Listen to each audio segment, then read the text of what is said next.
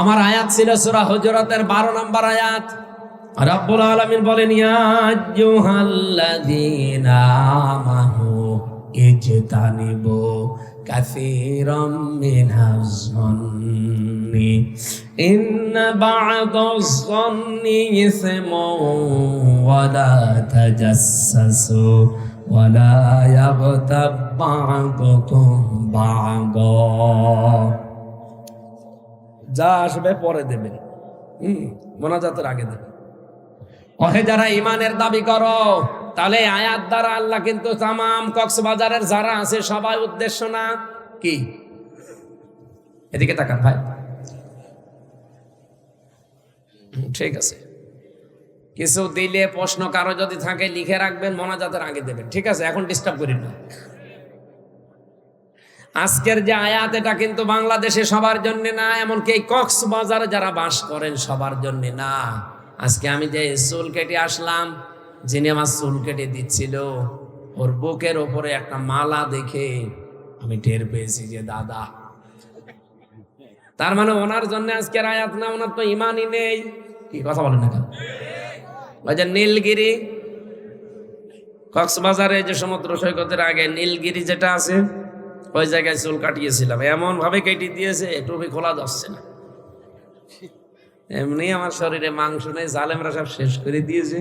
চুল একটু ছিল যাক লাগতো, এমন কাটা কেটেছে বাটি ষাট, আমার একদম বাটি করে দিয়েছে ওই বাটি।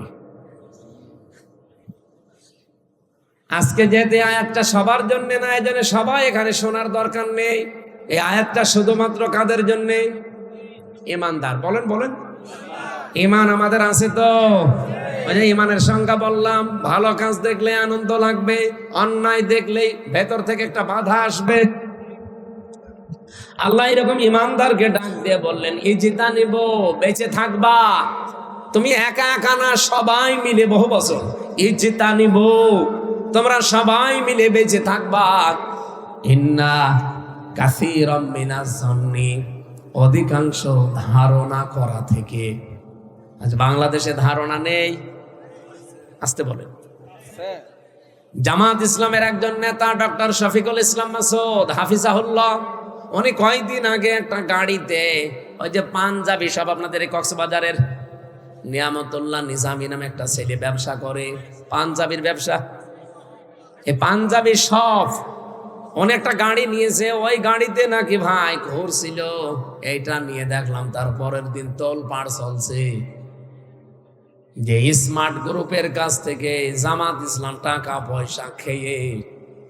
একটা কথা বলল, কোথায় স্মার্ট গ্রুপ আর কোথায় স্মার্ট পাঞ্জাবি? আপনি সঠিকভাবে কোনো তথ্য না জেনে আন্দাজে এক ধারণা করলেন, এটার দ্বারা কত ক্ষতি হয়ে গেল আপনার জীবনে জানেন? কারণ যারা এইভাবে আন্দাজে ধারণা করে, যে এলাকায় এই যে আন্দাজে ধারণা করা, এই রোগটা বেশি। যে জিনিস যে জানে না তার উপর ওই দোষটা চাপিয়ে দেওয়া, এই গুনাহ বেশি। ওই এলাকার মানুষের দোয়া কবুল হওয়া বন্ধ হয়ে যায়। কথা বুঝতেছেন? তাহলে কত বড় অপরাধ বাংলাদেশে এরা করলো। যারাই করেছে তারা যদি, আল্লাহ বলেন ইজতানিবু, বেঁচে থাকবা, কাসীরাম মিনাজ যন্নি, অধিকাংশ ধারণা করা থেকে। ইন্না বা'দাজ যন্নি ইসমুন, কারণ অধিকাংশ ধারণাই হচ্ছে গুনার কাজ। কথা বলেন না কেন? রিকশা দিয়ে একজন চলে যাচ্ছে তার স্ত্রী নিয়ে, আপনি আন্দাজে এক ধারণা করলেন ও চরিত্র ভালো, মেয়ে লোক নিয়ে যাচ্ছে। আরে ভাই, ওটা তোর বউ অথবা বোন অথবা মাও হতে পারে, ওর আপন খালাও হতে পারে। যে 14 জন মহিলার সাথে দেখা করা যায় যাচ্ছে, তাদেরকে যদি আপনি নিয়ে যান, গুনাহ আছে। আপনার মা যেতে পারে, আপনার মেয়ে যেতে পারে, আপনার বউ যেতে পারে, আপনার ফুফু যেতে পারে, আপনার খালা যেতে পারে, আপনার ভাইয়ের মেয়ে যেতে পারে, আপনার আপন বোনের মেয়ে যেতে পারে, আপনার পুত্রবধূ যেতে পারে। এরকম 14 জন। কয়জন? এই 14 জন মহিলা যদি আপনার সাথে যায়, আর আপনি আন্দাজে রাস্তায় দেখে একটা ধারণা করে দিলেন, এই আন্দাজে ধারণা করা কি কাজ? ছোটখাটো গুনাহ না, কবিরা গুনাহ। আল্লাহ বলেন বেঁচে থাকবা এই গুনাহ থেকে। ওয়ালা তাজাসসু, মানুষের পেছনে অনুসন্ধান করতে লেগে যাবা না। এটা আগস্টের 5 তারিখের পর থেকে বেশি আরম্ভ হয়েছে। একে অন্যের পেছনে লেগে আছে কি করে তার গোপন দোষগুলো ফাঁস করে মানুষের কাছে কালার করা যায়। একে অন্যের পেছনে গোয়েন্দাগিরি করবা না, লেগে থাকবা না সব সময়। রব্বুল আলামিন এতটুকু শেষ করে দিতে পারতেন, এবার একটা ভয়ঙ্কর কথা বললেন। এই যে নিজে যেই গোনা করে, এই গোনাটা আর একজনের উপরে চাপিয়ে দিয়ে তাকে কালার করে দেওয়ার চেষ্টা করে, নিজে সাদাবাজি করে আর এই দোষটা চাপিয়ে দেয় একটা ভালো মানুষের উপরে। বাংলাদেশে এই গোনা নেই? বলেন। ইসলামী ব্যাংকের নাম বলেন, অনেকে দেখি বলে আরে ভাই ইসলামী ব্যাংক যাদের ছিল তারা ফেরত পেয়েছে, আপনি আন্দাজে সাদাবাজ বলে তাদের নাম চালিয়ে দেন কোন কারণে? এতদিন যাদের কাছে ছিল তারাই তো ছিল সাদাবাজ, ছিনতাইকারী। তারা এটা চিন্তাই করে নিয়েছিল এতদিনে। এখন যাদের কাছে আছে এটা তাদের নিজেদের জিনিস, তারা নিজেরা ফেরত পেয়েছে, আর তাদের নামে আপনি সাদাবাজ বলে চালিয়ে দেন। যারা সাদাবাজি করেছে, চিন্তাই করে নিয়েছে। এই গণাটা যদি বন্ধ না হয়, আপনি নামাজ পড়েন, রোজা রাখেন, হজ করে এসেছেন, এগুলো সব লোক দেখানো হবে। আল্লাহ পাক বলেন আইয়ুহিব্বু আহাদুকুম আইয়াকুলা লাহমা আখি মাইতান। তোমাদের কেউ কি ভালোবাসো যে মরা ভাইয়ের গোশত খেতে? আপনাকে যদি এখন আমার এই মরা ভাইকে জবাই করে গোশত দেওয়া হয়, খাবে? অথচ ওই গোনা আপনি লিপ্ত, যারা মানুষের পেছনে লেগে থাকে। আর যেই গোনা যেই লোক করে নাই, ওই দোষ যদি কেউ ইচ্ছা করে তার উপরে চাপিয়ে তাকে কালার করে দেয়, ওই দোষ যতদিন আপনি না করবেন ততদিন আপনার মরণ হবে না। গত বছরের পয়লা বৈশাখ পালন করার সময় মাওলানা মতিয়ার রহমান নিজামী, আল্লামা দেলাওয়ার হোসেন সাইদি, অধ্যাপক গোলাম আজম, ইসলামী স্কলার যারা এদেশে অনেক আলেম ওলামার বিভিন্ন মূর্তি তৈরি করে পয়লা বৈশাখ পালন করেছিল, কার্টুন তৈরি করে, কথা বলছেন না? আর সেইটা এক বছরের ব্যবধানে আল্লাহ পুরা উল্টিয়ে দিয়ে এখন হাসিনার কার্টুন তৈরি করে, তাও রাক্ষসী কার্টুন। যেই গোনা যে করে নাই দোষ তার উপর চাপিয়ে দিলেন কেন? এখন নিজে যা করেছিলেন, যেই দোষ চাপিয়ে জনগণের সামনে কালার করার জন্য আল্লাহ আপনাকে পুরা 100 গুণ কালার করে দিয়েছে। আপনার চেহারা দেখলে এখন সবাই, কেউ কেউ বলছে এটা আমার শাশুড়ির মতো লাগছে। হ্যাঁ, একজন মহিলা বলছিল, দেখো বলছে আমার শাশুড়ি এরকম রাক্ষসী, এই মহিলাও এরকম রাক্ষসীর মতো লাগছে। এ সম্পর্কে সূরা নিসা 5 নম্বর পারা 15 নম্বর পৃষ্ঠা 10 নম্বর লাইনের 112 নম্বর আয়াতটা আপনার জন্য আমার জন্য প্রযোজ্য, আপনি লিখে রাখেন। অমাইয়াক সিব খাতিয়াতান আও ইসমান সুম্মা ইয়ারমি বিহি বারিআন ফাকাদ হিতামালা বুহতানা ওয়া ইসমান মুবিনা। পৃথিবীতে অনেক মানুষ এমন আছে নিজেরা অন্যায় করে, পাপ করে, আর এই পাপটা যখন হয়ে যায় তখন একটা নিরপরাধ মানুষের উপরে চাপিয়ে দিয়ে তাকে কালার করার চেষ্টা করে। এই লোকটা যেন নিজে প্রকাশ্য পাপের বোঝা বহন করে নিয়ে বেড়াচ্ছে। এরা যে পাপের বোঝা এতদিন বহন করে নিয়ে বেড়াচ্ছে, এটা আগস্টের 5 তারিখের পর থেকে আল্লাহ প্রমাণ দিচ্ছে। এই 15.5 বছরে যা করেছে, যত মারিং কাটিং করা, যত চুরি করা, যত অবৈধ কাজ করা, যত চরিত্রহীন হওয়ার জন্য কাজ করা, সব এখন জনগণের সামনে ওপেন হয়ে যাচ্ছে। একটা বুড়ো মানুষ, কাওয়া কাকুর মতো বুড়ো মানুষ, ওর নাকি রাত 12টা, 12:30, 1টা, 2টা পর্যন্ত নায়িকা লাগতো শুধু গা পাটি পার জন্য। বলেন সুবহানাল্লাহ। শরীর চলে না খাওয়া। আমি সিঙ্গাপুরে একবার ছিলাম, কি অবস্থা হয়েছিল বলেন তো। কাওয়া যেরকম কালো ওইরকম কালো হয়ে গিয়েছিল না? দৃশ্য দেখে তো আমারই ভয় লাগছিল যে আল্লাহ আল্লাহ দয়া করে একটু ফিরিয়ে দিল, আর এসে ইসলামের পেছনে লেগেছে। এখন কোথায়, এই যে এখন কিটা গান বেজেছে জানো, কোথায় আওয়ামী লীগ, কোথায় কাদের, কোথায় গেল ওই জালেমের। আমার মনে হয় কাওয়ারে যদি কেউ সামনে পায়, ওর ফের মুসলমানই দিন।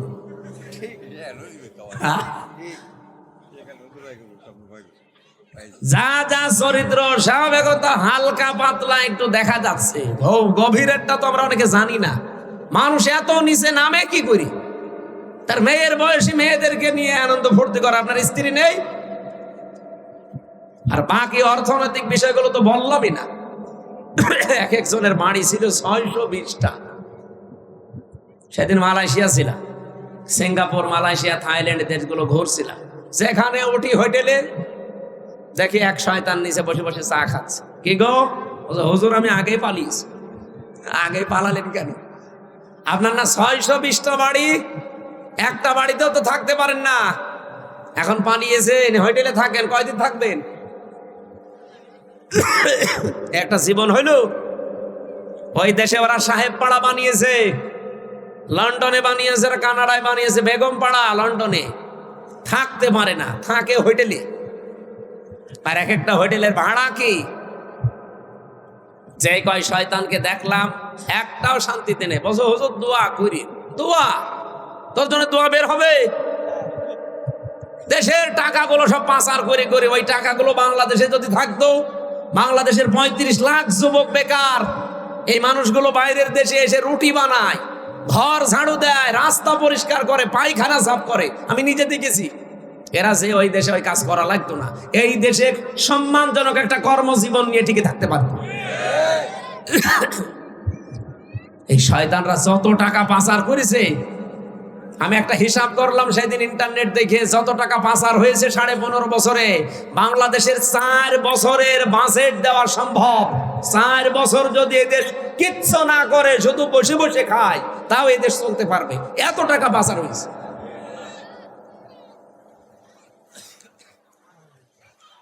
আর এখনো পর্যন্ত ওরা সাফাই গাছ, আমরা কি করেছি যে আমাদের মানুষ দেখতে পারে না। সেদিন হাসিনা একটা বক্তব্য দিচ্ছিল, দেখলাম ইন্টারনেটে, বলছে হ্যাঁ সবই দোষ আমার, সবই আমি খেয়েছি, আমার বোন যে এত খাইলো, আমার বোনের তো কিছু হয় না।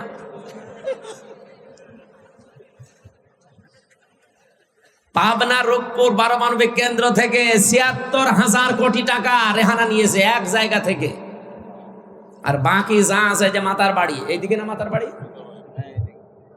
এই সমস্ত জায়গা যত প্রকল্প, চট্টগ্রামের এই যে টানেল, এই পদ্মা সেতু, বড় বড় যত প্রকল্প, যত বড় বড় মেগা প্রজেক্ট, মেগা ডাকাতি হয়েছে। এই টাকাগুলো যদি তাও ডাকাতি করে নিজের দেশে রেখে দিত, তাও তো আমরা এখন কর্মসংস্থান খুঁজে পাতাম। আর শয়তানরা সব পাচার করেছে। নিজেরা দোষ করে, আর ওই দোষটা ভালো মানুষদের উপরে চাপিয়ে তাদেরকে কালার করে। আল্লাহ পুরো উল্টিয়ে দিয়েছে। দেখেন এই শব্দের দিকে তাকিয়ে, আও ইসমাং বারিয়াং ফাকাদ ইহতামালা বুহতান ওয়া ইসমাম মুবিনা। গীবত আর বুহতান এক জিনিস না। আপনার ভেতরে দোষ আছে, আমি যদি বাইরে বলি ওটা হচ্ছে গীবত।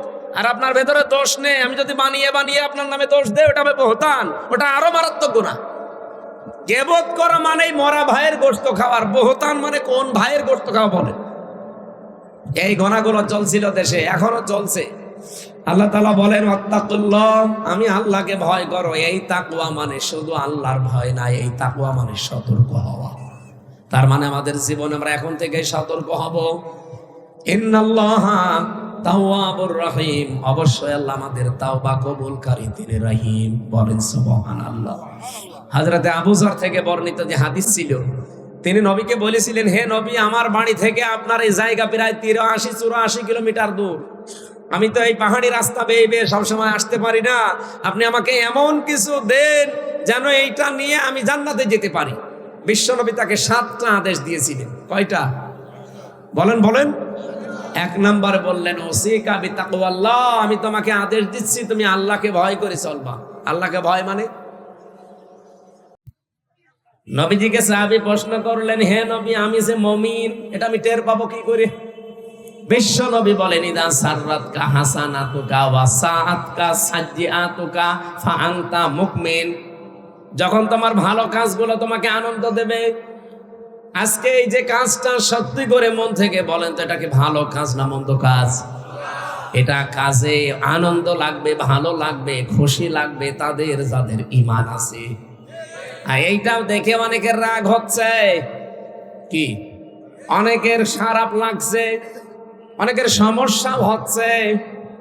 কারণ ভালো কাজ সবার কাছে ভালো। বলেন বলেন, হাদিসটা কি ছিল? যখন তোমার ভালো কাজগুলো তোমাকে আনন্দ দেবে, আর অন্যায় কাজ দেখলেই তোমার ভেতর থেকে একটা বাধা আসবে, আনতা মুমিন, তখন বুঝবে যে তোমার ঈমান আছে। আপনি বলেন তো, আপনার কিরকম মনে হয়? না, এই 15.5 বছরে আমরা অনেক ভালো কাজে বাধা দিতে দেখি নাই। আপনি কি ঘুমাচ্ছে? কোথায় কুষ্টিয়া, কোথায় কক্সবাজারের টেকনাফ, 1000 কিলোমিটার। এত দূর থেকে আমি আসার পরে মাহফিলে আমার উঠতে দেয়নি, বলে দরকার নেই, আপনি আবার ফেরত যান। এতটুকু যদি বলতো হুজুর ওটার দরকার নেই, বাড়ি চলে যান, তাও তো দোয়া করে চলে যেতাম। শয়তানরা আমার 1 কিলোমিটার তাড়িয়েছে। মাঠের ভেতর দিয়ে দৌড়াতে দৌড়াতে কোথায় উঠেছি আমি নিজেও জানি না। অবশ্যই আল্লাহু আকবার, নাউজুবিল্লাহ না বলে আল্লাহু আকবার। আমি দৌড়ানি খেয়ে মরি আর আল্লাহ। তার মানে এখানে বোঝা যাচ্ছে যে আমরা ভালো কাজে সবাই আনন্দ পাই না, এমনকি অন্যায় কাজেও সবার কষ্ট লাগে না, লাগে না। অনেকে অন্যায় কাজ করছে আনন্দ নিয়ে। কি কথা বলে না কেন? এই যে আনন্দ যদি আপনি অন্যায় কাজ করে পান, আর এই আনন্দ যদি একটা হয়, এদিকে তাকান, হয়নি, আবার তাকান। আপনি পৃথিবীতে যদি আনন্দ পান কোনো কাজে, ওই কাজটা যদি হয় কোনো অবৈধ কাজ, এ পর্যন্ত বোঝা যায় না। না না, ভাষাটা কঠিন হয়ে যাচ্ছে, আমি সহজ করে বলছি। আপনি যদি আনন্দ পান কোনো কাজে, সুখ পান, কিন্তু কাজটা যদি হয় অবৈধ, আপনি কোন দিকে তাকিয়ে আছেন? আমি তো মনে হচ্ছে এদিকে তাকাননি। ভালো করে আমি আবার বোঝাচ্ছি, আমি রিপিট করছি বারবার, এখানে কারণ আছে। নবীজি একটা কথা গুরুত্বপূর্ণ হলে 3 বার বলতেন, কি? কিন্তু বিনা কারণে উনি কোনো কথা বলতেন না। নবীজির জীবন এটা ছিল না, কোনো কথা এমনি বিনা কারণে বলতেন না, কিন্তু যদি কারণ হয়, গুরুত্বপূর্ণ হয়, 3 বার পর্যন্ত বলতেন। আমি এই যে রিপিট করছি বারবার এই কারণে, আল্লাহ নিজে ওই আয়াতটা রিপিট করেছেন। আপনার সুখ যদি পৃথিবীতে কোনোটা অবৈধভাবে আপনি ভোগ করেন, আনন্দ ভোগ করেন, কিন্তু আনন্দটা, সুখটা বৈধ না, অবৈধ, একটা অবৈধ সুখ ভোগ করার কারণে এই পৃথিবী আর আখেরাত মিলে 70টা দুঃখ আপনাকে আল্লাহ ভোগ করাবে। আজ কক্সবাজারের হোটেলে, সমুদ্র সৈকতে কত মানুষ বাংলাদেশের বিভিন্ন জায়গা থেকে কার কাকে নিয়ে এসেছে ও জানে, আর আল্লাহ জানে। আপনারা হয়তো এসব জানেন না বা করেনও না, কিন্তু যারা নিয়ে এসেছে, এই যে আনন্দ পাচ্ছে, তারা সুখে আছে। কেউ নিয়ে এসেছে তার শালীকে, কেউ তার ভাবিকে, কেউ অন্যের বউ নিয়ে এসেছে নিজের বউ বলে। আমি কি বেশি বলে ফেলছি? এরকম আছে না? আপনি এখনই রেট দেন, 1000 না হাজার হাজার পাবেন হারা কুষ্টি কক্সবাজার। এটা কি ওরা আনন্দ নেই, সুখে নেই? বলেন না কেন? এই সুখটাকে বৈধ বলেন? আমি শুনলাম যে নাকি উনি নাকি মাইক দিয়েছে বিভিন্ন জায়গায়, এই জন্য বলছে যেন আওয়াজটা, যারা এখন আনন্দ অলরেডি করছে, যেন একটু আওয়াজ যায়। একটা অবৈধ সুখ যদি ভোগ করেন, একটা আনন্দ ভোগ করেন, একটা আনন্দ ভোগ করার কারণে আপনাকে 70টার সামনে দুঃখ ভোগ করা লাগবে। সুতরাং যারা ভাবি নিয়ে এসেছেন, অন্যের বউ নিয়ে এসেছেন, তাড়াতাড়ি বাড়ি দিয়ে আসেন। আপনি মুরব্বী মানুষ, আপনি বসবেন না। যারা বসার তারা বুঝেছেন। আমি এখান থেকে একটা উদাহরণ টানতে চাই। এই 15.5 বছরে যারা অবৈধ সুখ ভোগ করেছেন, একটা, আপনার ক্ষতি হবে দুনিয়া আখেরাত মিলে কয়টা? বলেন বলেন।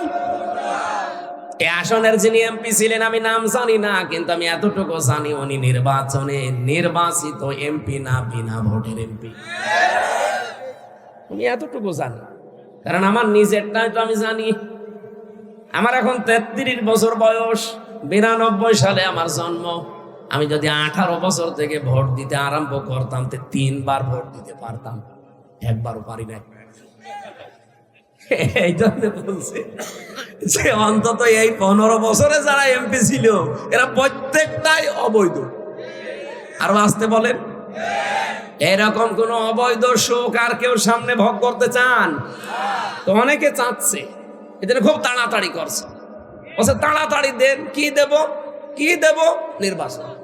নির্বাচন তো দেব, আগে সংস্কার করে নেবেন না?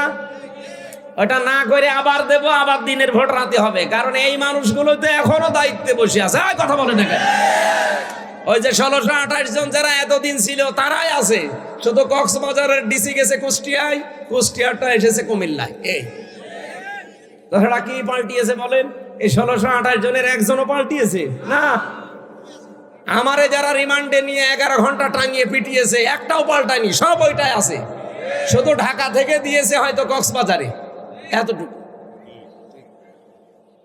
আমার যে এডিসি মুসলমান, পরে ঢাকা কাউন্টার টেরোরিজম থেকে এখন পাল্টিয়ে দিয়েছে সাতক্ষীরার এডিসি করে, শুধু জেলা পাল্টিয়েছে, মাল তো একই আছে। এখন যদি আপনি ওই ওদের আন্ডারে দিয়ে দেন নির্বাচন, ওই ডিসি, ওই এসপি, ওই টিওনো, ওরাই তো নির্বাচন করবে। ওরা যেভাবে অভ্যাস তৈরি করেছে যে দিনের ভোট রাতে করা যায় তাই করবে। আমার সাথে জেলখানায় এই 3 বছর এক এসপি বসি ছিল, ও যে দিনের ভোট রাতে করেছে, ও নিজে প্রমাণ করছিল। মাঝে মাঝে আমার কাছে, আমি তো পাশে ফাঁসির কন্ডেম সেলের ভেতরে থাকতাম, আমার 24 ঘন্টা তালা লাগিয়ে রাখতো, কারোর সাথে কথা বলতে দিত না। সিসি ক্যামেরা দিয়ে 2 জন কারারক্ষী আলাদা বসিয়েছে, যেহেতু উনি ওই দলের লোক তো, আর ওনার ভেতরও একটা পাওয়ার আছে। নুসরাত হত্যা মামলার আসামি, নাম শোনেননি? এই ওসি একদিন আমার যে বলছে, হুজুর আমি একটা তওবা করেছি, দেখেন তো। কি বলছে? এই যে নির্বাচন গেল, আমি বাইরে ছিলাম, রাত 12টার পর থেকে আমার লোকজন দিয়ে আমি ভোট কাটা আরম্ভ করলাম। বাক্সগুলো ভর্তি করে আজান দেওয়ার আগে আগে সব জায়গা মতো পাঠিয়ে দিলাম। এরপর আমি গোসল করলাম, ওযু করে 2 রাকাত তওবার নামাজ পড়লাম। এরপরে বললাম আস্তাগফিরুল্লাহ। হুজুর আমার এই তওবা কি হয়েছে? না, তওবা হয়নি, ইয়ার কি হয়েছে? এর নাম কি তওবা? আপনি কি দোষ আল্লাহর কাছে করেছেন যে আস্তাগফিরুল্লাহ পড়ছেন? দোষ করেছেন।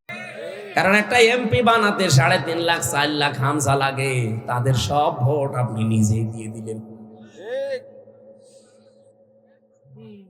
তাহলে আমি তওবা করবো কি করে? হ্যাঁ, আপনার তওবার একটা পদ্ধতি আছে। আপনার তো 8 বছর জেল, বের হয়ে যখন যাবেন, আপনি তো ভেনির দায়িত্বে ছিলেন, তখন ওই 2 থানা মিলে যত মানুষ বাস করে ভোটাররা, যাদের ভোট আপনি নিজেই দিয়ে দিয়েছেন, এই 3.5 থেকে 4 লাখ মানুষের কাছে যে মাফ চাবেন যে ভাই আমার ভুল হয়ে গেছে, আপনারা আমারে মাফ করে দেন। ওরা যদি বলে ঠিক আছে মাফ করে দিলাম, তে মাফ পাবেন। যদি বলেন না, প্রত্যেকে একটা করে থাপ্পড় দেব, তাই খাবেন। কি কথা বলছেন? আরে ভাই, দুনিয়ায় একটা থাপ্পড় খেয়ে যদি মাফ করে দেয় তাও তো ভালো, কিন্তু কিয়ামতের দিন তো 70টা ঝামেলায় পড়বেন। যদি ওরা মাফ না করে, ওরা যা বলবে আপনাকে তাই করা লাগবে দুনিয়ায়। কারণ এটা আল্লাহর হক না, এটা বান্দার হক। হকুল ইবাদ একটা আর হকুল্লাহ একটা। আপনি আস্তাগফিরুল্লাহ পড়বেন কখন? যখন আল্লাহর হক নষ্ট করবেন। আর বান্দার হক যখন নষ্ট করবেন, আস্তাগফিরুল্লাহ হবে না, যার কাছে দোষ করেছেন তার কাছে মাফ চাওয়া লাগবে। সবচাইতে ভয়ঙ্কর বিষয় আপনার জন্যে, আপনি 8 বছর পরে জেল থেকে বের হয়ে দেখবেন এই 3.5 লাখ 4 লাখ হামজার মতো মানুষ অনেকেই দুনিয়া থেকে বিদায় হয়ে গেছে। আপনি তাদের কাছে মাফ চাবেন কি করে? সুতরাং এই জালেমাকে টিকিয়ে রাখার জন্য যারা চেষ্টা চালিয়েছেন, ডাইরেক্ট ইনডাইরেক্ট, প্রত্যেকের জীবনে কলঙ্ক, প্রত্যেকের সামনে ধরা খাবেন। একটা একটা সুখ যারা পেয়েছেন, এক একটা সুখের জন্যে 70টা দুঃখ আপনার কপালে দুনিয়া আখেরাত মিলে আল্লাহ লিখে রেখেছে। এবার আপনি ওইগুলো পাবেন, এরপরে অন্য কিছু। আমি তো আপনাদের এমপির নাম জানি না, এই জন্য উনি চেয়েছিলেন না কেন। উনি যেহেতু এই 15 বছরে এমপি হওয়ার পর, বলেন তো উনি তো বৈধ না অবৈধ এমপি? এই অবৈধ এমপি থাকাকালীন কোনো সুখ পায়নি, কোনো শান্তি পায়নি। এই সুখগুলো শান্তিগুলো কি বৈধ না অবৈধ? বলেন বলেন। যত অবৈধ সুখ এই 15 বছরে পেয়েছে উনি, যত নাম কাম পেয়েছে, যত মাল কামিয়েছে, নাকি উনি ফেরেশতা ছিল? এই 15 বছরে যত কিছু করেছে, যদি 50টা সুখ পায়, কয়টা? আরো জোরে বলেন। 15.5 বছরে মিলে মাত্র 50টা আনন্দও যদি করে দুনিয়ায়, 50টা সুখও যদি ভোগ করে, সুখগুলো সব ছিল কি অবৈধ? আরো জোরে।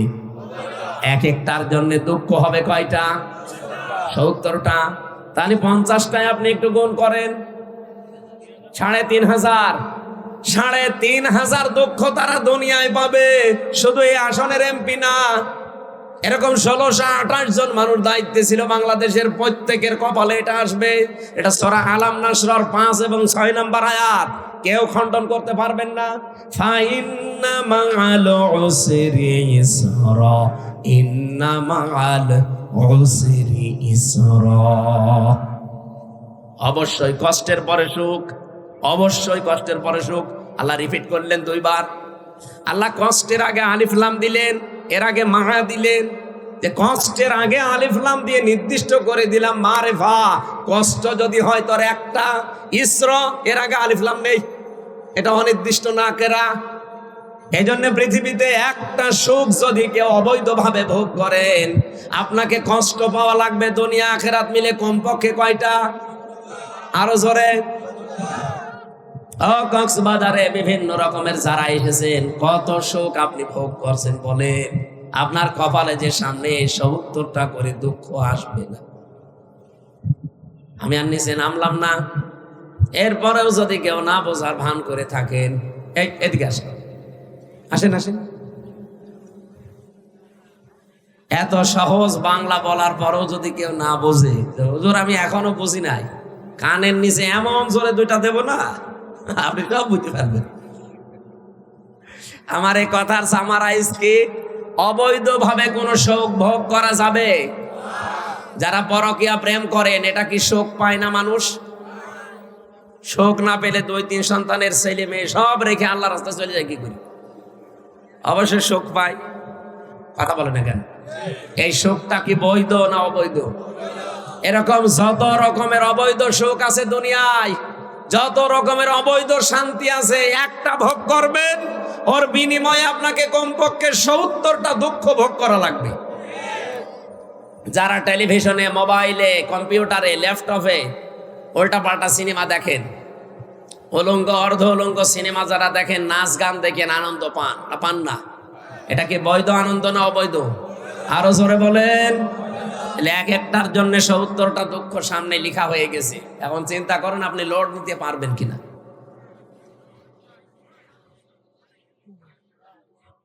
কক্সবাজারবাসী, আমি যে আয়াত থেকে শুরু করতে চেয়েছিলাম তার নাম ছিল, পৃথিবীতে আপনি সম্পদ যদি খরচ করেন কোরআনের জন্য, কিসের জন্য? আরো জোরে বলেন।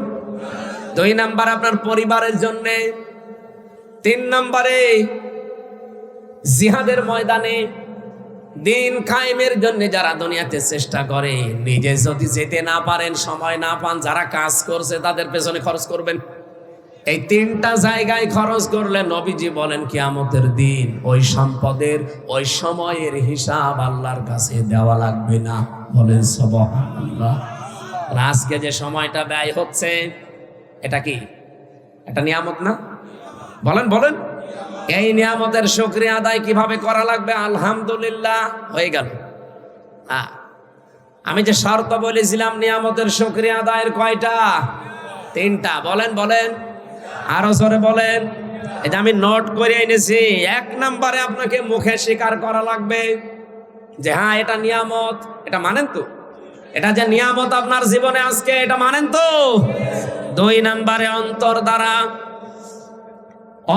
দ্বারা আপনাকে আনন্দ পাওয়া লাগবে একটা আলাদা। এই জন্য কোরআনে কারিমের সূরা আনফালের 2 নম্বর আয়াতে আল্লাহ এই আয়াতের ব্যাখ্যাটা দিয়েছেন এইভাবে, ইন্নামাল মুমিনুনা আল্লাযীনা ইযা যুকিরাল্লাহু ওয়াজিলাত কুলুবুহুম ওয়া ইযা তুলিয়াত আলাইহিম আয়াতুহু যাদাতুহুম ঈমানা ওয়া আলা রাব্বিহিম ইয়াতাওয়াক্কালুন। বলেন আল্লাহু আকবার। আল্লাহ বলেন আমার দৃষ্টিতে তো মুমিন ওই লোকটা যার সামনে আমার নাম উচ্চারণ হলে তার অন্তরাত্মা কেঁপে ওঠে ভয়ে। 2 নম্বরে আমার কোরআনের আয়াত যখন তাকে তেলাওয়াত করে বোঝানো হয় তার ঈমান যতটুকু আছে ঈমান আরো বেড়ে যায়। আর বাড়ি যাওয়ার সময় তারা সিদ্ধান্ত নিয়ে বাড়ি যায়, আল্লাহ এখন থেকে ভরসা করব তোমার প্রতি। কার প্রতি? এই আয়াতে 3টা কথা পেলাম। আমার এর আগের আয়াতে ছিল আপনার অন্তর দ্বারা আপনি একটা আনন্দ পাবেন। এই যে ওয়াজিলাত কুলুবুহুম, আপনার অন্তরাত্মায় একটা আনন্দ লাগবে, একটা কাঁপ ধরবে। এটা কি? তাফসিরে মুফাসসিরিন ইকরাম লিখেছেন প্রতিটি মানুষের পাম স্তনের নিচে একটা গোশতের টুকরা আছে। এই গোশতের টুকরা এটা একটা কাঁপ ধরবে, আনন্দ লাগবে এখানে যখন নাচানাচি করবে। 2 নম্বরের শরীরের ভেতরে যতগুলো পশম আল্লাহ দিয়েছেন প্রতিটি পশম দেখবেন আনন্দে খাড়া হয়ে যাবে। আপনি দেখেন, আর ভেতরে একটা অজানা অনির্বচন সুখ আল্লাহ আপনাকে আলাদা দান করবে। কি বললাম শব্দটা? একটা আলাদা অনির্বচন সুখ। এটা এই কক্সবাজারে কিনতে পাওয়া যাবে না, এটা আল্লাহর পক্ষ থেকে সরাসরি আসে। এই অনির্বচন সুখ এটা উদাহরণ দিতে গিয়ে আমি পেয়েছি। এই যে মুরগির বাচ্চারা সিল থেকে, কোন দুশ্মন থেকে নিজের বাচ্চাকে রক্ষা করার জন্য এভাবে নিজের পাখাকে ডাউন করে দেয়, এরপরে ফল করে। কি করে না? মুরগির বাচ্চারা যখন নিজের পাখাকে এভাবে ডাউন করে দেয়, ফল করে দেয়, দেখবেন বাচ্চাগুলো নিচে এসে আশ্রয় নিয়ে একটা কিচির মিচির আওয়াজ দেয়। এইটাকে বাংলায় বলা হয় অনির্বচন সুখ।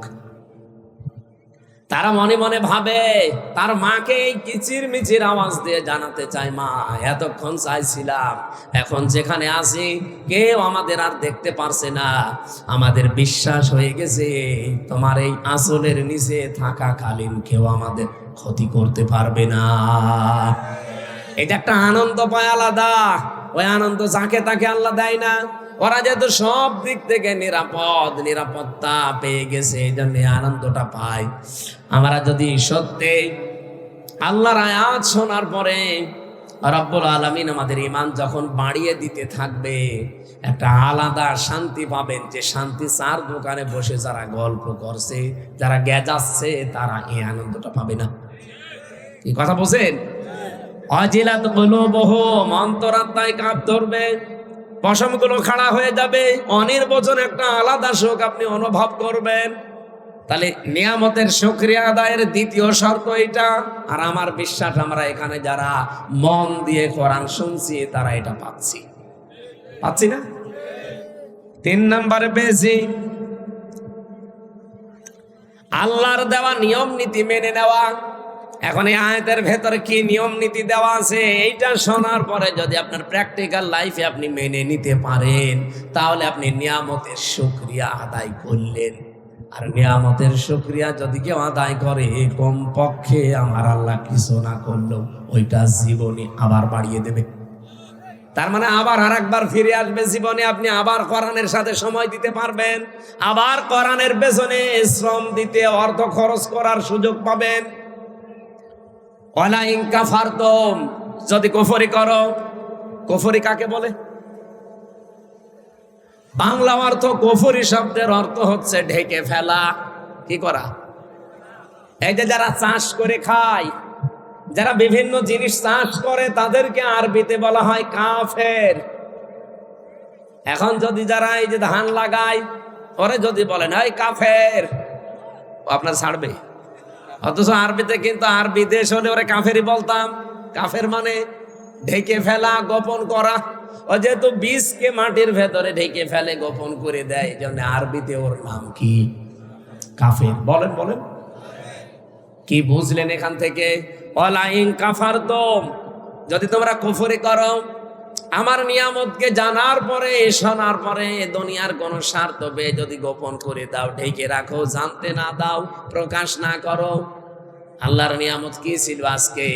এখান থেকে আমি প্রথমে শব্দ বলেছিলাম যে আমার দায়িত্ব সঠিকটা তুলে ধরা, আর আপনার দায়িত্ব এইটা নিয়ে বাড়িয়ে চিন্তা ভাবনা করা।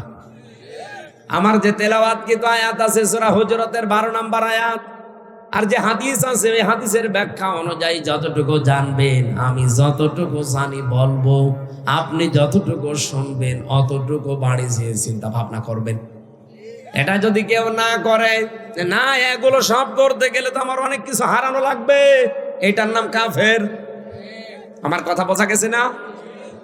তাহলে আপনি নিজেও আজকে কাফের হয়ে যেতে পারেন। যা জেনেছেন এটা যদি আপনি নিজে না মানেন, না প্রচার করেন, গোপন করে রাখেন, দুনিয়ার কোনো স্বার্থ পেয়ে যদি বলে চেপে রাখেন, না দরকার নেই, দিনকাল ভালো না।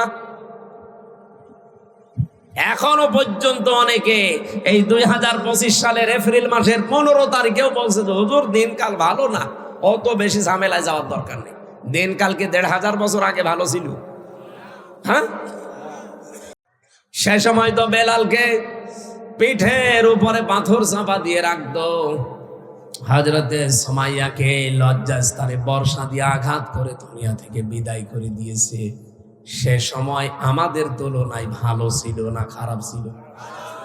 আপনি যে বলেন দিনকাল ভালো না, অত দরকার নেই, তারা যদি বলতো দিনকাল ভালো না, তাদের মুখে মানায় তো, আপনার মুখে মানায়? এটা আল্লাহর কোন বিধান জানার পরে দুনিয়ার যে কোনো স্বার্থে আমরা যেন গোপন না করি। এই সারা বাংলাদেশে 15.5 বছরে আয়াতটা গোপন করার কারণে দেশের অবস্থা এতদিন জালেমরা টিকে ছিল। নাই যদি সবাই আগস্টের 5 তারিখের মতো এই 9 সাল থেকে আমরা আরম্ভ করতে পারতাম যে না, কোনো অন্যায় এদেশে হতে দেব না, হওয়া সম্ভব না, ওই সময় কোনো জালেম ক্ষমতায় বসতে পারতো না। জীবন তো আমাদের ঠিকই গেল। 2732 জন মানুষ অলরেডি জীবন দিয়ে দিয়েছে। জীবন তো ঠিকই গেল। 34,000-এর মতো প্রায় মানুষ হাসপাতালের বেডে কাতরায়। সবই গেল মাঝখান থেকে 15.5 বছর দেশটা জাহান্নাম হয়েছিল। এই জন্য আমরা চাচ্ছি আর সামনে কোনো কিছু জানার পরে গোপন না করি। গোপন করলে আপনি কি হবেন বলেন বলেন? ইন্নাল্লাযীনা ইয়াকতুমুনা মা আনজালনা মিনাল বায়্যিনাতি ওয়াল হুদা মিন বা'দি মা বায়্যানাহু লিন-নাসি ফিল কিতাব উলাইকা ইয়ালআনুহুমুল্লাহ ওয়া ইয়ালআনুহুমুল লাঈনুন। সূরা বাকারা 2 নম্বর পারা 3 নম্বর পৃষ্ঠা 4 নম্বর লাইনে আছে 159 নম্বর আয়াত। আল্লাহ বলেন নিশ্চয় যে বা যারা ইয়াকতুমুনা, কাতামা ইয়াকতুমু মানে গোপন করা, এটা মজারে বর্তমান ভবিষ্যৎ, প্রেজেন্ট ফিউচার। এখন যারা করছেন ভবিষ্যতেও যারা করবেন, কি করবে? মা আনজালনা, যা আমি আল্লাহ নাজিল করেছি, মিনাল বায়্যিনাতি ওয়াল হুদা, স্পষ্ট দলিল আর প্রমাণ দিয়ে হেদায়েত সহকারে। এ কোরআনে আল্লাহ যা দিয়েছেন বলেন তো সব স্পষ্ট না অস্পষ্ট? স্পষ্ট এই কিতাবের কথাগুলো যারা দুনিয়ার কোন স্বার্থে গোপন করে রাখে, বলতে চায় না, প্রচার করতে চায় না, এর হক আদায় করে না, আল্লাহ বলেন উলাইকা ইয়ালআনুহুমুল্লাহ। না না, মা আনজালনা মিনাল বায়্যিনাতি ওয়াল হুদা মিন বা'দি মা বায়্যানাহু লিন-নাসি ফিল কিতাব, যেগুলো আমি মানুষের কাছে খোলা খুলি বর্ণনা করার জন্য আদেশ দিয়েছি। আজ বাংলাদেশে হাজার হাজার আলেম জানার পরও সঠিক কথাটা বলতো না, বাতিলের 5 গোলাম ছিল। এই মাওলানা ফরিদউদ্দিন মাসউদ, মাওলানা কফিলউদ্দিন সরকার, সালেহী, এই কথা বলছেন এখানে, আমি বানিয়ে বলছি। তারা টাটকা জিন্দা জালেমকে বলতো এই জান্নাতের সার্টিফিকেট প্রাপ্ত মানুষ। এমনও কথা আমি শুনেছি, বলেছে মাননীয় প্রধানমন্ত্রী আপনার জান্নাতে অধিকার আছে, মনে হচ্ছে জান্নাত ওর বাবার আরো দিয়েছে।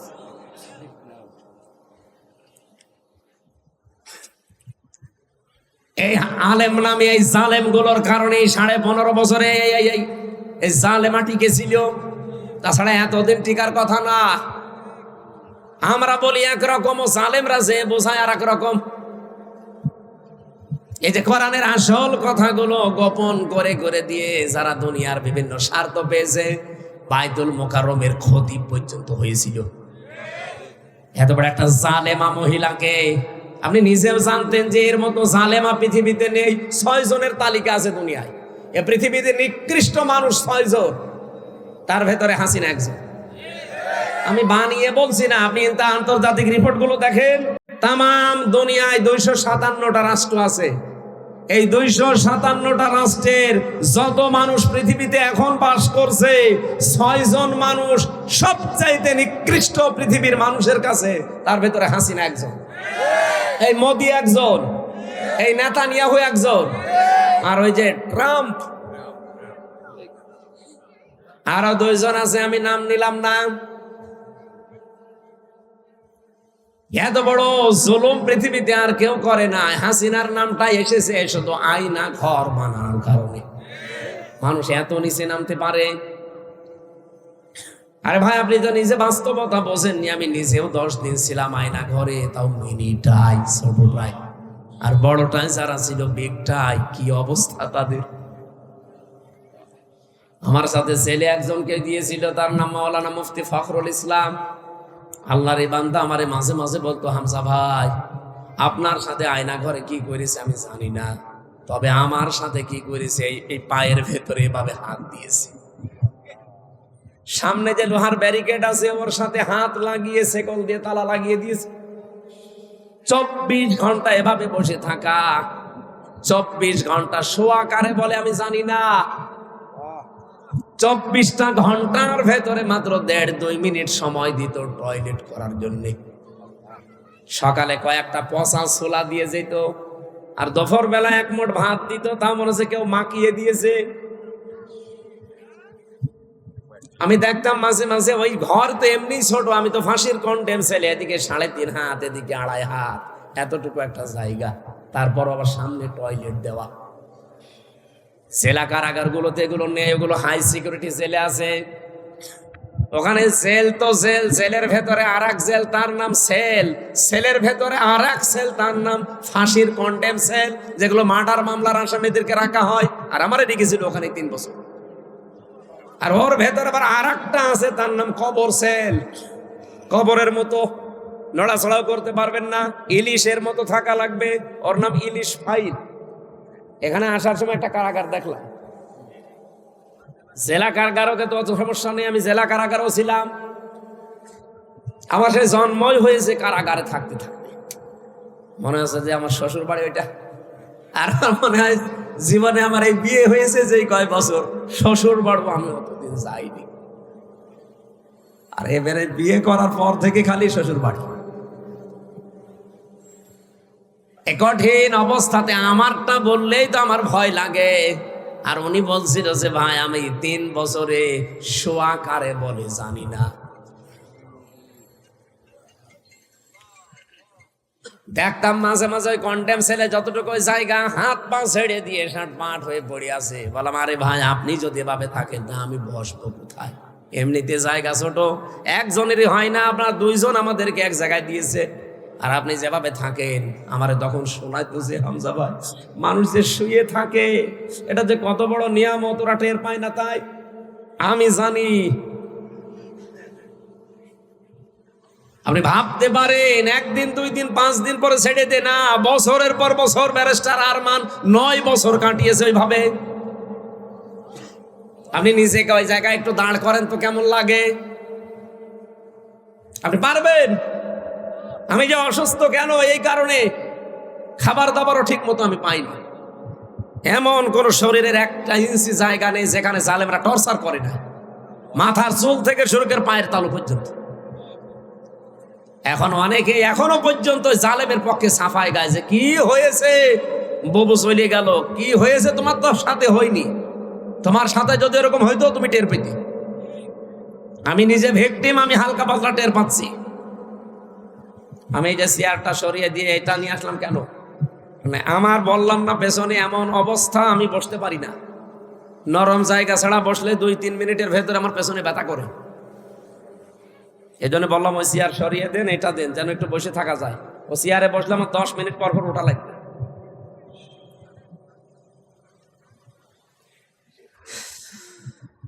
এখনো পর্যন্ত যারা জালেমের পক্ষে সাফাই গাইছে আর তারা আশায় আছে যে না আপা আসবে, আজকে ঢাকার বুকে কোন শয়তানরা যেন মিছিল বের করেছে যে বুবু আবার আসবে ফিরে। এর পরের লাইনটা বললাম না। এদেশের জনগণ যদি আবারও ঘুমিয়ে যায়, সামনে এমন অবস্থা হবে না 100 বছরে আর সূর্যের আলো দেখতে পারবেন না। আমার ব্যক্তিগত কারো উপরে রাগ নেই, কিন্তু আমি নিজে ভিকটিম, আমি যা পেয়েছি সেটার হালকা বললাম যে এই হচ্ছে অবস্থান ছিল। অথচ যদি সত্য মামলা দিয়ে আমার শাস্তি দিত আমি কিছু মনে করতাম, কিচ্ছু জানি না যে মামলা দিয়েছিল আনসারুল্লাহ বাংলা টিমের প্রধান নাকি আমি, ও ছাতা কি আমি জানি না। আনসারুল্লাহ বাংলা টিম কি ও ছাতা জীবন আমি জানি না। আর আমারে দিয়েছে সারা বাংলাদেশের আমি প্রধান। জঙ্গি নাটক সাজাতো। এই 8.5 মাস হয়ে গেল, বাংলাদেশে কোনো জঙ্গি ধরা পড়েছে? কোন জঙ্গি আছে? সব বানানো, সব ভুয়া। কারণ জঙ্গির নাটক যিনি লিখতো তিনি তো পালিয়েছে, আর যাদেরকে নিয়ে নাটক মন্তস্থ করতো তারা এখন বিভিন্ন জেলায় ছড়িয়ে ছিটিয়ে আছে। সেদিন একটাকে টেকনাফে পেয়েছিলাম, পরে বদলি করে এখানে দিয়েছে, ওর নামে বিভাগীয় মামলা হয়েছে, এখন টেকনাফে আছে চুরি করে। আমারে বলতো হুজুর মাফ করে দিয়ে, বলে মাফ করবো, আমার টাকাগুলো ফেরত দেবে। কারণ আমার বাবার কাছ থেকে যত টাকা নিয়েছেন টাকা আগে ফেরত দেবেন, এরপরে মাফ হবে।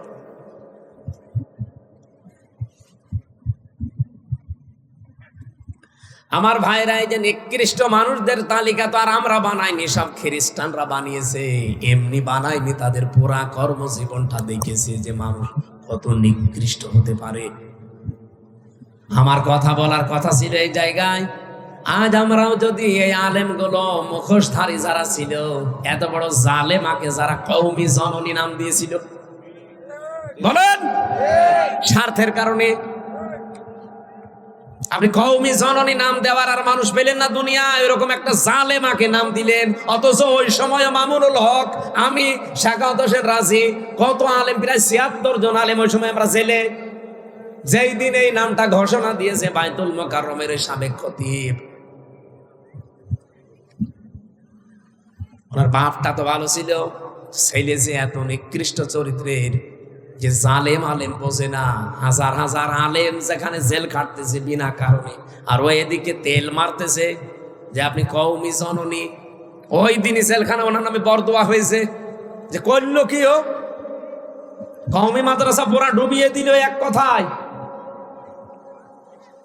আজ আমরা যদি গোপন না করতাম, এই জালেমরা এতদিন টিকে থাকার কথা ছিল না। যারা গোপন করে নাই, সঠিক কথা বলতো, তারাই জেল খেটেছে, তারাই গুম হয়ে গেছে।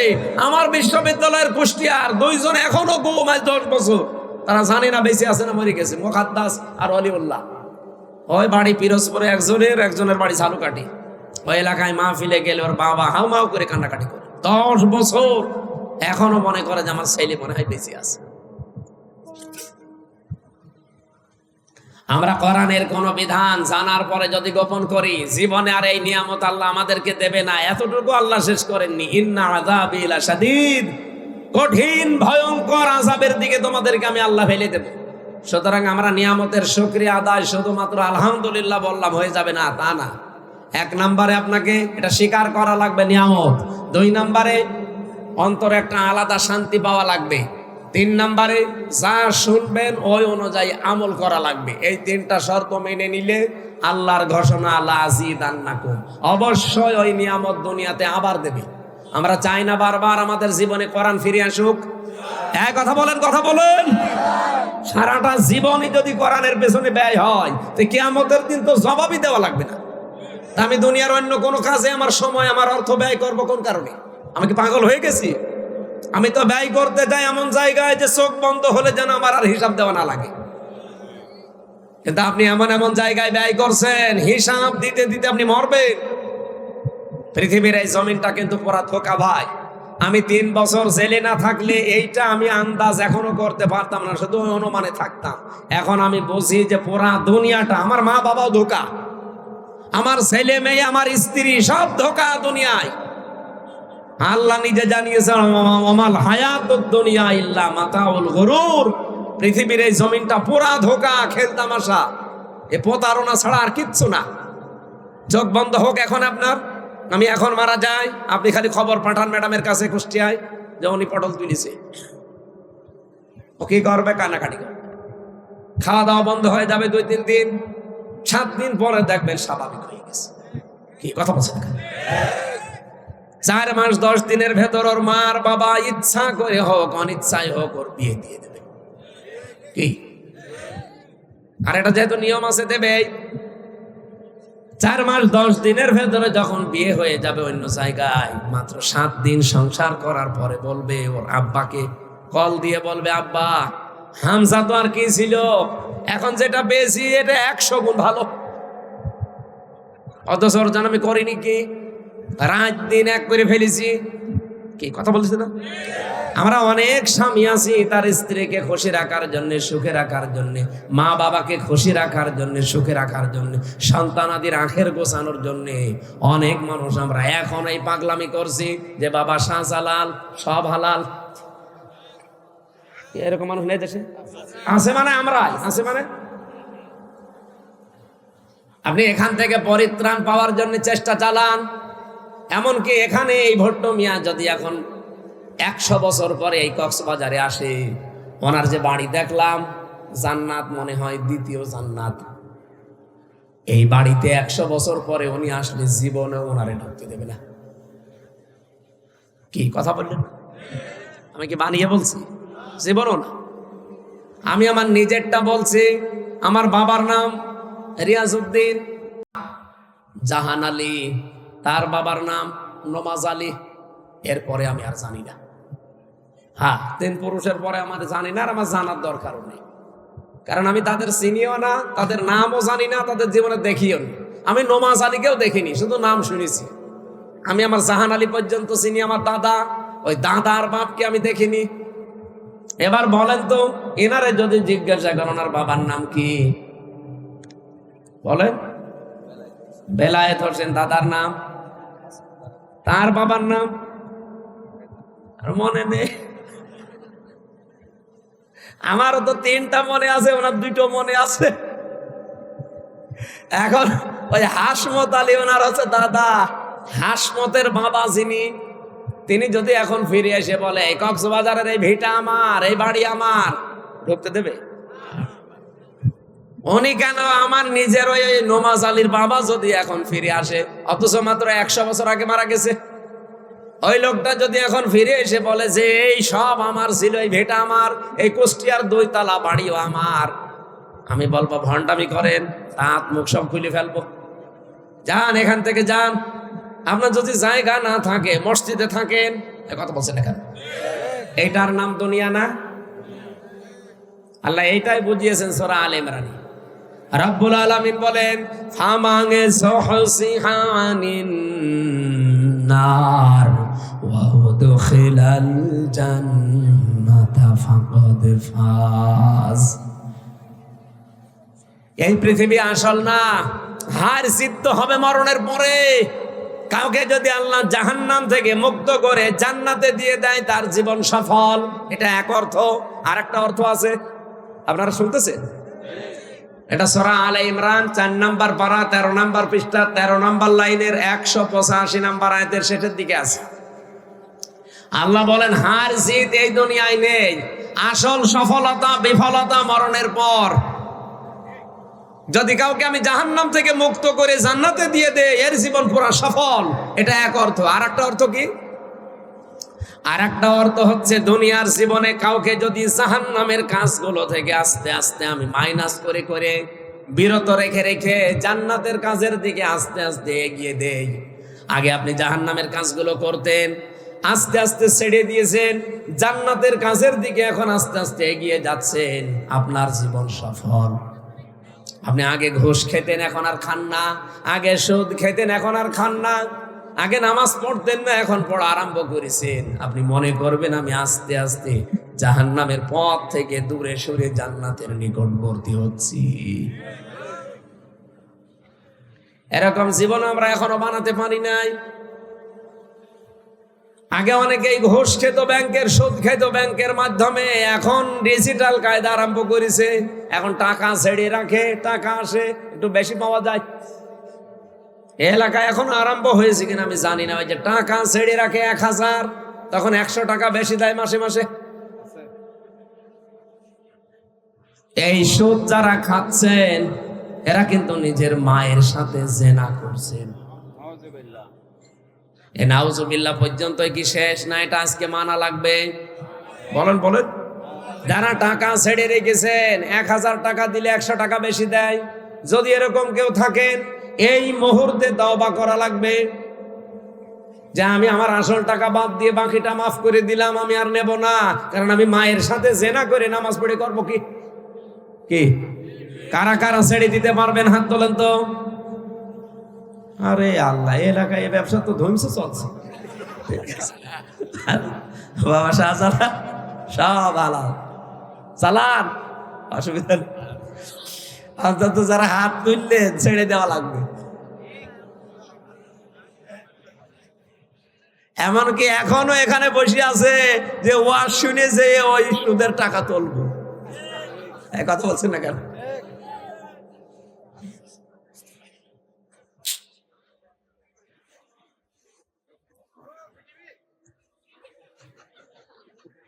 আপনাদের এলাকায় আসলে আমার একটু ভালো লাগে, কারণ এই এলাকার ভাষা আমি বুঝি না তো। আপনারা গালি দিলেও আমার মনে হয় দোয়া করছেন। আর আমিও এই চকরিয়া এসেছিলাম একবার, জেল থেকে বের হওয়ার পরে হজে গিয়েছিলাম ওমরায়। ওমরা থেকে এসেই বিমানবন্দর থেকে ওরা আমার টান দিয়ে নিয়ে আসলো মাহফিলে। ওই যে বাটি একজন ছিল না, বাটি জাফর, আল্লাহর এই বান্দা, উনি প্রধান অতিথি। উনি আমার পাশে বসে আছে, বসে হুজুর দোয়া করে। আমি আরবিতে কয়েকটা গালি দিলাম। যারা কোরআনের অনুষ্ঠানে বাধা দেয় তারা যারোর সন্তান। বাংলা বলি না, শুধু আরবি বলেছি। উনি বলছে আমিন। ঠিক আছে। এখন যে বাটি জাফর কোথায় যে আছে, আল্লাহর ওলি ভাই পালিয়েছে। ওনার হোটেলে আমি কত পরশু দিন চকরিয়া বাজারে ঘুরতে ঘুরতে কোনো হোটেল পাচ্ছি না। ওই হোটেলের কাছে যে দেখেন মুরব্বী বসে আছে। আল্লাহ এটা সেই জাফর সাহেবের? হ্যাঁ। হোটেল কই? তা আল্লাহ সব উড়িয়ে দিয়েছে। ওই দিন যে একটা আরবিতে দোয়া করেছিলাম, বদ দোয়া, ওরে যে আমিন বললো, যদি বাংলা বলতাম ওই দিন আমিন বলতো না, আমার মা বেলে চুয়াল্লিশ ধারা দিত। এই জন্য এই কক্সবাজার চট্টগ্রামের ভাষা ভালোই হয়েছে, সাথে আমি বসিও না। আপনারা গালি মালিক দিলেও অসুবিধা। আমরা কোরআনে কারিম থেকে সামাজিক একটা আয়াত পড়েছি, পরিবার এবং সমাজ, এই দুইটা নিয়ে। হাদিস পড়েছি একটা, ওটা পরিবার, সমাজ এবং রাষ্ট্র, তিনটা নিয়ে। আমরা এই 5টা বিষয় সামনে রেখে আজকে একটু কথা বলতে চান। না মেলা সময় হয়ে গেল নাকি? থাকবেন তো আপনারা? আমার আয়াত ছিল সূরা হুজুরাতের 12 নম্বর আয়াত। রব্বুল আলামিন বলেন, ইয়া আইয়ুহাল্লাযীনা আমানু ইজতানিবু কাসীরাম মিনাজ যন্নি ইন্না বা'দাজ যন্নি ইসমুন ওয়া লা তাজাসসু ওয়া লা ইয়াগতাব বা'দুকুম বা'দা। যা আসবে পরে দেবেন, মোনাজাতের আগে দেবেন। ওহে যারা ইমানের দাবি করো, তাহলে আয়াত দ্বারা আল্লাহ কিন্তু তামাম কক্সবাজারের যারা আছে সবাই উদ্দেশ্য না। কি? এদিকে তাকান ভাই। ঠিক আছে, কিছু দিলে প্রশ্ন কারো যদি থাকে লিখে রাখবেন, মোনাজাতের আগে দেবেন। ঠিক আছে, এখন ডিস্টার্ব করেন না। আজকের যে আয়াত, এটা কিন্তু বাংলাদেশে সবার জন্য না, এমনকি এই কক্সবাজারে যারা বাস করেন সবার জন্য না। আজকে আমি যে চুল কেটে আসলাম, যিনি আমার চুল কেটে দিচ্ছিল, ওর বুকের ওপরে একটা মালা দেখে আমি টের পেয়েছি যে দাদা তার মানে ওনার জন্য আজকের আয়াত না, ওনার তো ইমানই নেই। কি কথা বলেন না কেন? ওই যে নীলগিরি, কক্সবাজারে যে সমুদ্র সৈকতের আগে নীলগিরি যেটা আছে, ওই জায়গায় চুল কাটিয়েছিলাম, এমন ভাবে কেটে দিয়েছে টুপি খোলা যাচ্ছে না। এমনি আমার শরীরে মাংস নেই, জালেমরা সব শেষ করে দিয়েছে, চুল একটু ছিল যাক লাগতো, এমন কাটা কেটেছে বাটি ষাট, আমার একদম বাটি করে দিয়েছে ওই বাটি। আজকে যেহেতু আয়াতটা সবার জন্য না, এই জন্য সবাই এখানে শোনার দরকার নেই। এই আয়াতটা শুধুমাত্র কাদের জন্য? ইমানদার। বলেন বলেন, ইমান আমাদের আছে তো? ওই যে ইমানের সংজ্ঞা বললাম, ভালো কাজ দেখলে আনন্দ লাগবে, অন্যায় দেখলেই ভেতর থেকে একটা বাধা আসবে। আল্লাহ এরকম ইমানদারকে ডাক দিয়ে বললেন, ইজিতা নিব, বেঁচে থাকবা। তুমি একা একা না, সবাই মিলে, বহু বছর, ইজিতা নিব, তোমরা সবাই মিলে বেঁচে থাকবা। ইন্না কাসীরাম মিনাজ জন্নি, অধিকাংশ ধারণা করা থেকে। আজ বাংলাদেশে ধারণা নেই, আসতে বলেন। জামাত ইসলামের একজন নেতা ডক্টর শফিকুল ইসলাম মাসুদ হাফিজাহুল্লাহ, উনি কয়েকদিন আগে একটা গাড়িতে ওই যে পাঞ্জাবি সব, আপনাদের এই কক্সবাজারের নিয়ামতুল্লাহ নিজামী নামে একটা ছেলে ব্যবসা করে, পাঞ্জাবির ব্যবসা, এই পাঞ্জাবি সব, উনি একটা গাড়ি নিয়েছে, ওই গাড়িতে নাকি ভাই ঘুরছিল। এইটা নিয়ে দেখলাম তার পরের দিন তোলপাড় চলছে যে স্মার্ট গ্রুপের কাছ থেকে জামাত ইসলাম টাকা পয়সা খেয়ে। একটা কথা বলল, কোথায় স্মার্ট গ্রুপ আর কোথায় স্মার্ট পাঞ্জাবি? আপনি সঠিকভাবে কোনো তথ্য না জেনে আন্দাজে এক ধারণা করলেন, এটার দ্বারা কত ক্ষতি হয়ে গেল আপনার জীবনে জানেন? কারণ যারা এইভাবে আন্দাজে ধারণা করে, যে এলাকায় এই যে আন্দাজে ধারণা করা, এই রোগটা বেশি। যে জিনিস যে জানে না তার উপর ওই দোষটা চাপিয়ে দেওয়া, এই গুনাহ বেশি। ওই এলাকার মানুষের দোয়া কবুল হওয়া বন্ধ হয়ে যায়। কথা বুঝতেছেন? তাহলে কত বড় অপরাধ বাংলাদেশে এরা করলো। যারাই করেছে তারা যদি, আল্লাহ বলেন ইজিতা নিব, বেঁচে থাকবা, কাসীরাম মিনাজ জন্নি, অধিকাংশ ধারণা করা থেকে। ইন্না যাবাদাজ জন্নি ইসমুন, কারণ অধিকাংশ ধারণাই হচ্ছে গুনার কাজ। কথা বলেন না কেন? রিকশা দিয়ে একজন চলে যাচ্ছে তার স্ত্রী নিয়ে, আপনি আন্দাজে এক ধারণা করলেন ও চরিত্র ভালো, মেয়ে লোক নিয়ে যাচ্ছে, আরে ভাই ওটা তোর বউ অথবা বোন অথবা মাও হতে পারে, ওর আপন খালাও হতে পারে। যে 14 জন মহিলার সাথে দেখা করা যায় যাচ্ছে, তাদেরকে যদি আপনি নিয়ে যান, গুনাহ আছে। আপনার মা যেতে পারে, আপনার মেয়ে যেতে পারে, আপনার বউ যেতে পারে, আপনার ফুফু যেতে পারে, আপনার খালা যেতে পারে, আপনার ভাইয়ের মেয়ে যেতে পারে, আপনার আপন বোনের মেয়ে যেতে পারে, আপনার পুত্রবধূ যেতে পারে। এরকম 14 জন, কয়জন? এই 14 জন মহিলা যদি আপনার সাথে যায়, আর আপনি আন্দাজে রাস্তায় দেখে একটা ধারণা করে দিলেন, এই আন্দাজে ধারণা করা কি কাজ? ছোটখাটো গোনা না, কবিরা গোনা। আল্লাহ বলেন বেঁচে থাকবা এই গোনা থেকে। ওয়ালা তাজাসসু, মানুষের পেছনে অনুসন্ধান করতে লেগে যাবা না। এটা আগস্টের 5 তারিখের পর থেকে বেশি আরম্ভ হয়েছে। একে অন্যের পেছনে লেগে আছে কি করে তার গোপন দোষগুলো ফাঁস করে মানুষের কাছে কালার করা যায়। ওয়ালা ইয়াগতাব বা'দুকুম বা'দা, একে অন্যের পেছনে গোয়েন্দাগিরি করবা না, লেগে থাকবা না সব সময়। রব্বুল আলামিন এতটুকু শেষ করে দিতে পারতেন, এবার একটা ভয়ঙ্কর কথা বললেন। এই যে নিজে যেই গোনা করে, এই গোনাটা আর একজনের উপরে চাপিয়ে দিয়ে তাকে কালার করে দেওয়ার চেষ্টা করে, নিজে সাদাবাজি করে, আর এই দোষটা চাপিয়ে দেয় একটা ভালো মানুষের উপরে। বাংলাদেশে এই গোনা নেই? বলেন। ইসলামী ব্যাংকের নাম বলেন, অনেকে দেখি বলে আরে ভাই ইসলামী ব্যাংক যাদের ছিল তারা ফেরত পেয়েছে, আপনি আন্দাজে সাদাবাজ বলে তাদের নাম চালিয়ে দেন কোন কারণে? এতদিন যাদের কাছে ছিল তারাই তো ছিল সাদাবাজ, ছিনতাইকারী, তারা এটা ছিনতাই করে নিয়েছিল এতদিনে।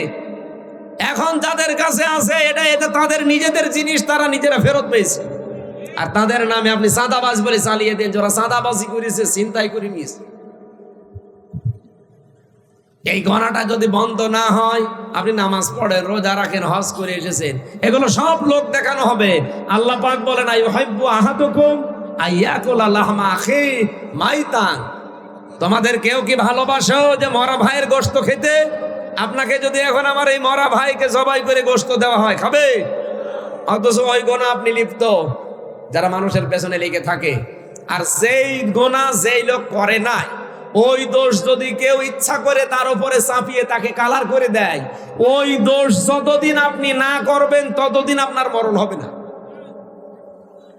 গত বছরের পয়লা বৈশাখ পালন করার সময় মাওলানা মতিয়ার রহমান নিজামী, আল্লামা দেলাওয়ার হোসেন সাইদি, অধ্যাপক গোলাম আজম, ইসলামী স্কলার যারা এদেশে অনেক আলেম ওলামার বিভিন্ন মূর্তি তৈরি করে পয়লা বৈশাখ পালন করেছিল, কার্টুন তৈরি করে, কথা বলছেন না? আর সেইটা এক বছরের ব্যবধানে আল্লাহ পুরা উল্টিয়ে দিয়ে এখন হাসিনার কার্টুন তৈরি করে, তাও রাক্ষসী কার্টুন। যেই গোনা যে করে নাই দোষ তার উপর চাপিয়ে দিলেন কেন? এখন নিজে যা করেছিলেন যেই দোষ চাপিয়ে জনগণের সামনে কালার করার জন্য আল্লাহ আপনাকে পুরা 100 গুণ কালার করে দিয়েছে। আপনার চেহারা দেখলে এখন সবাই, কেউ কেউ বলছে এটা আমার শাশুড়ির মতো লাগছে। হ্যাঁ, একজন মহিলা বলছিল, দেখো বলছে আমার শাশুড়ি এরকম রাক্ষসী, এই মহিলাও এরকম রাক্ষসী মতো লাগছে। এ সম্পর্কে সূরা নিসা 5 নম্বর পারা 15 নম্বর পৃষ্ঠা 10 নম্বর লাইনের 112 নম্বর আয়াতটা আপনার জন্য আমার জন্য প্রযোজ্য, আপনি লিখে রাখেন। অমাইয়াক সিব খাতিয়াতান আও ইসমান সুম্মা ইয়ারমি বিহি বারিআন ফাকাদ হিতামালা বুহতানা ওয়া ইসমান মুবিনা। পৃথিবীতে অনেক মানুষ এমন আছে নিজেরা অন্যায় করে, পাপ করে, আর এই পাপটা যখন হয়ে যায় তখন একটা নিরপরাধ মানুষের উপরে চাপিয়ে দিয়ে তাকে কালার করার চেষ্টা করে। এই লোকটা যেন নিজে প্রকাশ্য পাপের বোঝা বহন করে নিয়ে বেড়াচ্ছে। এরা যে পাপের বোঝা এতদিন বহন করে নিয়ে বেড়াচ্ছে, এটা আগস্টের 5 তারিখের পর থেকে আল্লাহ প্রমাণ দিচ্ছে। এই 15.5 বছরে যা করেছে, যত মারিং কাটিং করা, যত চুরি করা, যত অবৈধ কাজ করা, যত চরিত্রহীন হওয়ার জন্য কাজ করা, সব এখন জনগণের সামনে ওপেন হয়ে যাচ্ছে। একটা বুড়ো মানুষ, কাওয়া কাকুর মতো বুড়ো মানুষ, ওর নাকি রাত 12টা, 12:30, 1টা, 2টা পর্যন্ত নায়িকা লাগতো শুধু গা পাটি পার জন্য। বলেন সুবহানাল্লাহ। শরীর চলে না খাওয়া। আমি সিঙ্গাপুরে একবার ছিলাম, কি অবস্থা হয়েছিল বলেন তো। কাওয়া যেরকম কালো ওইরকম কালো হয়ে গিয়েছিল না? দৃশ্য দেখে তো আমারই ভয় লাগছিল যে আল্লাহ আল্লাহ দয়া করে একটু ফিরিয়ে দিল, আর এসে ইসলামের পেছনে লেগেছে। এখন কোথায়, এই যে এখন কিটা গান বেজেছে জানো, কোথায় আওয়ামী লীগ, কোথায় কাদের, কোথায় গেল ওই জালেমের। আমার মনে হয় কাওয়ারে যদি কেউ সামনে পায় ওর ফের মুসলমানই দিন।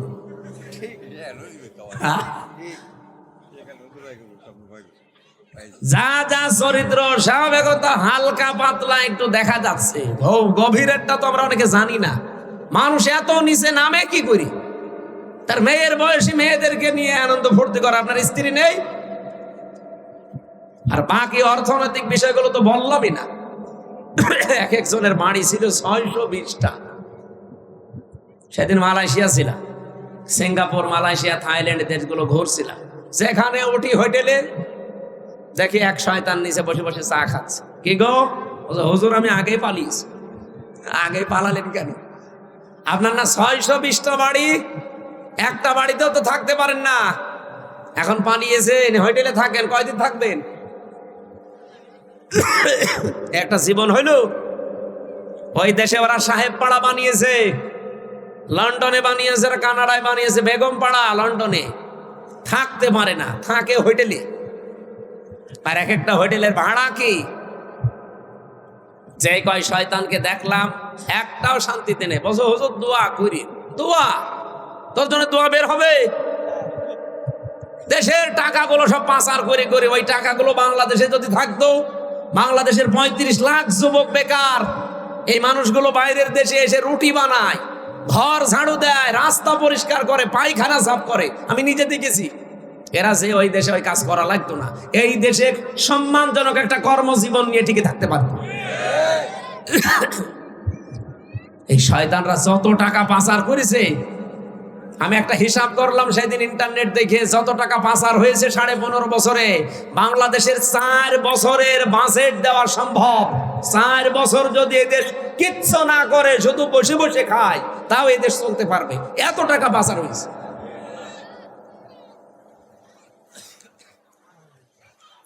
আর এখনো পর্যন্ত ওরা সাফাই গাছে আমরা কি করেছি যে আমাদের মানুষ দেখতে পারে না। সেদিন হাসিনা একটা বক্তব্য দিচ্ছিল, দেখলাম ইন্টারনেটে, বলছে হ্যাঁ সবই দোষ আমার, সবই আমি খেয়েছি, আমার বোন যে এত খাইলো, আমার বোনের তো কিছু হয় না।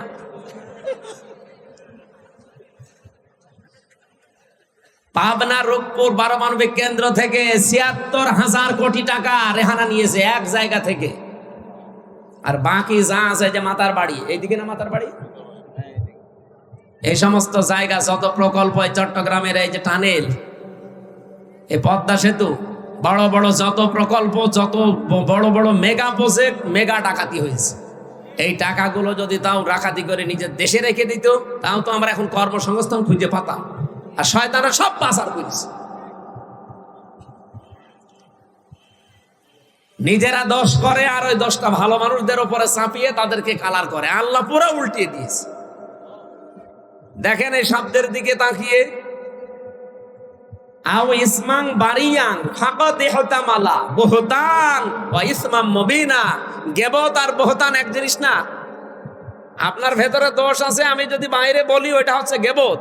আর আপনার ভেতরে দোষ নেই, আমি যদি বানিয়ে বানিয়ে আপনার নামে দোষ দেই, ওটা হবে বুহতান। ওটা আরো মারাত্মক গুনাহ। গীবত করা মানেই মরা ভাইয়ের গোশত খাওয়ার, বুহতান মানে কোন ভাইয়ের গোশত খাওয়া বলে। এই গুনাহগুলো চলছিল দেশে, এখনো চলছে। আল্লাহ তাআলা বলেন ওয়াত্তাকুল্লাহ, আমি আল্লাহকে ভয় করো। এই তাকওয়া মানে শুধু আল্লাহর ভয় না, এই তাকওয়া মানে সতর্ক হওয়া। তার মানে আমাদের জীবনে আমরা এখন থেকে সতর্ক হব। ইন্নাল্লাহা তাওয়াবুর রহিম, অবশ্যই আল্লাহ আমাদের তাওবা কবুলকারী, তিনি রহিম। বলেন সুবহানাল্লাহ। হযরতে আবু যর থেকে বর্ণিত যে হাদিস ছিল, তিনি নবীকে বলেছিলেন, হে নবী, আমার বাড়ি থেকে আপনার এই জায়গা প্রায় 83-84 কিলোমিটার দূর। আমি তো এই পাহাড়ি রাস্তা বেয়ে বেয়ে সবসময় আসতে পারি না। আপনি আমাকে এমন কিছু দেন যেন এইটা নিয়ে আমি জান্নাতে যেতে পারি। বিশ্বনবী তাকে 7টা আদেশ দিয়েছিলেন। কয়টা বলেন বলেন? 1 নম্বরে বললেন ওসিকা বিতাকওয়াল্লাহ, আমি তোমাকে আদেশ দিচ্ছি তুমি আল্লাহকে ভয় করে চলবা। আল্লাহকে ভয় মানে, আল্লাহর ভয়ের অর্থ আমরা অনেকে জানি না। বাংলা অর্থ হচ্ছে আল্লাহর ভয় হচ্ছে আল্লাহর নিষিদ্ধ কাজগুলো শুধু ছেড়ে দেওয়ার নাম খাউফ, আর ঘৃণা করে ছেড়ে দেওয়ার নাম তাকওয়া। আল্লাহর যত নিষিদ্ধ কাজ আছে তার ভেতরে এই ধারণা করা একটা নিষিদ্ধ কাজ। এই কথা বলেন না? আমরা গীবতের উপরে কথা বললাম, তহমতের উপরে বললাম। সুতরাং এই ধারণায় আন্দাজে ধারণা করা থেকে আজকে থেকে বেঁচে থাকা লাগবে। শুধু বেঁচে থাকবো না, ঘৃণা করে ছেড়ে দেব। যেখানে গীবত হবে, মেয়েদের ভেতরে এটা বেশি হয়, এক জায়গায় বসলে শুধু গীবত, পরনিন্দা, পরচর্চা করা, এটা বন্ধ করা লাগবে। দরকার হয় চুপ থাকবেন, মান সমাতা না যা, কথাবার্তারা যদি প্রয়োজন না হয় বলবেন না। আন্দাজে বকতে বকতে এমন বেশি কথা বলে। নবীজিকে প্রশ্ন করলেন সাহাবী, আমি যদি আল্লাহর তাকওয়া ভয় এটা অর্জন করি, কি আমি পাবো? নবীজি বলেন ফাইন্নাহু আসিয়ানু লিআমরিকা কুল্লিহি, পৃথিবীর যত কাজ আছে সব কাজের ভেতরে আল্লাহ দেখবেন তোমাকে একটা সৌন্দর্য দিয়ে দেবে। তোমার কাজ দেখলেই পৃথিবীর মানুষ বুঝবে না এটা অন্য ধরনের মানুষ। আল্লাহ এই যে আদেশটা, উপদেশটা আবু যরকেই দিয়েছিল নবীজি, না আমরাও আছি? আমরা আছি না? এই উপদেশগুলো জীবনে আমরা যেন মেনে চলতে পারি। সম্মানিত ভাইরা, চট্টগ্রাম শহরে একটা অনুষ্ঠান আছে রাত 12টায়, এখন বাজে 11:05। আমি মেয়েদের জীবন নিয়ে জেলখানায় বসে বসে ওদের খুব কষ্ট দিয়েছিল, তারপরও চুরি চুরি করে লিখেছিলাম। 2টা বই আমার লিখিত আছে। একটা হচ্ছে দাম্পত্য জীবনের কলহ এবং তার সমাধান, এবং আদর্শ নারী। মেয়েদের কয়জন মানুষ পৃথিবীতে আদর্শ হবে, মেয়েকে আর বউকে পড়াবেন। ওই যে সাদা গাড়ি আছে, কয়েকটা পিস আছে, আপনারা শিক্ষিত মানুষরা নিয়ে যেয়ে ওদেরকে পড়াবেন। মেয়েদের জন্য একটা আছে, ছেলেদের জন্য একটা আছে। আমি আগামীতে আবার এই চট্টগ্রাম কক্সবাজার যদি আসি, একটা মাহফিল রাখবেন। আজকে ডবল হওয়ার কারণে একটু চাপ হয়ে গেছে। ওখানে শামসুল ইসলাম সাহেব, এরপরে শাহজাহান সাহেব বসে আছে, আমার এখন যাওয়া লাগবে। আমি আজকের মতো মাপ চেয়ে নিয়ে দোয়া করে শেষ করে দিচ্ছি, বইটা যাওয়ার সময় নিয়ে যান। আল্লাহুম্মা আমিন। লা ইলাহা ইল্লা আনতা সুবহানাকা ইন্নী কুনতু মিনাজ জালিমিন। রব্বুল আলামিন, সারা জীবন অপরাধ করে জীবনটা নষ্ট করে ফেলেছি। হাত উঠায় কথা বলবো ভয় করে, লজ্জা করে। জীবনের অপরাধের দিকে তাকালে গোনা ছাড়া কিছুই দেখা যায় না। আমাদের জীবনের অপরাধের দিকে তাকিও না, তোমার রহমতের দিকে তাকাও। জিন্দেগীর গোনাগুলো মাফ করে দাও। সওয়াব যদি দিয়ে থাকো আজকের আয়োজনে, বিশ্ব নবীর রওজায় পৌঁছিয়ে দাও। যত মানুষ আদম থেকে পর্যন্ত কবরে আছে, জান্নাতুল ফেরদাউস দিয়ে দাও। বিশেষ করে আজকের মাহফিল যাদের স্মরণে আল্লাহ তাআলা ডাক্তার বেলায়েত হোসেন, তোমার গোলামকে কবরে তুমি জান্নাতুল ফেরদাউস দিয়ে দাও। তার স্ত্রীও কবরে আছে, আল্লাহ তুমি তাকেও মাফ করে দাও। তার সন্তান, সুযোগ্য সন্তান হাত তুলেছে, লিয়াকত আলী, আল্লাহ আমার ভট্ট ভাইয়ের মোনাজাত কবুল করো। তোমার নবী জানিয়েছে, সন্তান যদি হাত তোলে ওই মোনাজাত নাকি তুমি ফেরত দাও। সন্তানের চোখের দিকে তাকাও, মুখের দিকে তাকাও, কাকত মিনতি করে মা বাবার জন্য দোয়া করছে। আমাদের সবার দোয়া যদি কবুল না হয়, তার সন্তানের দিকে তাকিয়ে তাদেরকে কবরে জান্নাত দিয়ে দাও। জীবনে বহু ভালো ভালো কাজ তারা করেছে, কাজগুলো কবুল করো। শয়তানের ধোকায় যদি অন্যায় কিছু করে থাকে, আল্লাহ তুমি নিজ গুণে কবুল করে মাফ করে নাও। মাহফিলের সম্মানিত সভাপতি আমার ভট্ট ভাইকে মঞ্জুর করো। তার স্ত্রী সন্তান যেগুলো দিয়েছে সহি সালামতে রাখো। তার ব্যবসা বাণিজ্য বাড়ি ঘর যেগুলো দুনিয়াতে বসবাস করার জন্য আছে, আল্লাহ তুমি বাইতুস সালাম বানিয়ে দাও। আজকের মাহফিলের প্রধান অতিথি আমাদের সাবেক মেয়র, আল্লাহ তোমার এই গোলামের উপর রহমত নাসিল করো। তার মা বাবাকেও মাফ করে দাও। যত আলেমরা এখানে কথা বলেছে, আলেমদের কথাগুলো আমল করার তৌফিক দাও। এই কক্সবাজারে যারা ব্যবসা বাণিজ্য করে, আল্লাহ এদের হালাল রুজিতে বরকত দিয়ে দাও। সম্মানিতা মা বোনদেরকে খাদিজার মতো, আয়েশার মতো বানিয়ে দাও। যতটুকুই শুনেছি, যেভাবে আরম্ভ করেছিলাম, এখনো কয়েক ঘন্টা বললেও তোমার বান্দা বান্দিরা চলে যেত না। আল্লাহ তাআলা চাতক পাখির মতো এত আগ্রহ যাদের কোরআন শুনতে, কোরআন বুঝতে, এদেরকে অমরের মতো বানিয়ে দাও। 3টা বছর জালেমরা আমার শরীরটাই নষ্ট করে দিয়েছে, আমার কণ্ঠটাও নষ্ট হয়ে গেছে। আল্লাহ দোয়া করছি, আমার শরীর আর কণ্ঠটা আগের মতো ফিরিয়ে দাও।